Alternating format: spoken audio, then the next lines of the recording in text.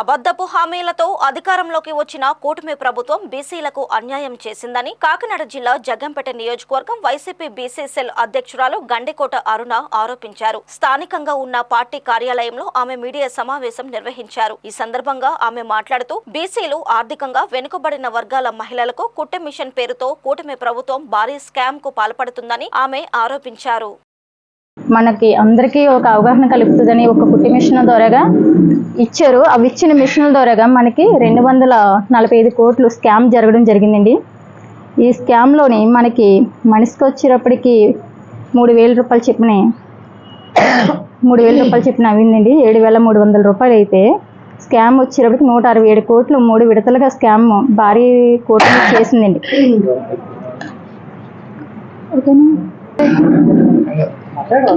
భారీ కూటమి వల్ల ఇంకా ముందు ఎన్ని చేస్తుందో కూటమి పరిపాలనలో 1 ఇయర్ బట్టి నుంచే చూస్తున్నాం. ఇంకపై మనం మేలుకొని ముందడుగు వేసి మన వైఎస్ఆర్ పార్టీ తరపు నుంచి అన్ని లబ్ధిదారులు లభ్యం అవి కూడా మోసపోయాం గుడ్డిగా ప్రజలందరం కలిపి.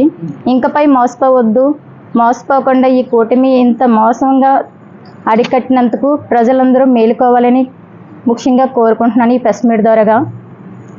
ఎందుకంటే ఒక మహిళ కంపల్సరీ కుట్టు మిషన్ ద్వారాగా ఎంతో కొంత ఉపకరణ పొందుతుందని ఈ కుట్టు మిషన్ అవగాహన వచ్చింది మనకి.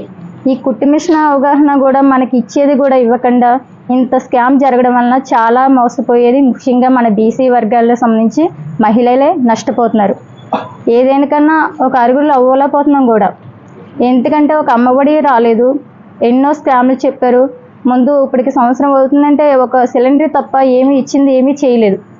ఆ కూటమి ప్రభుత్వం వల్ల మీరు ఏం నష్టపోతున్నారో ఇంకా ముందు ఏం నష్టం జరుగుతుందో గ్రహిస్తే మనం ముందుకు ఒక అడుగేసి మనం అంతా మంచి జరుగుతుందని నా ఒపీనియన్.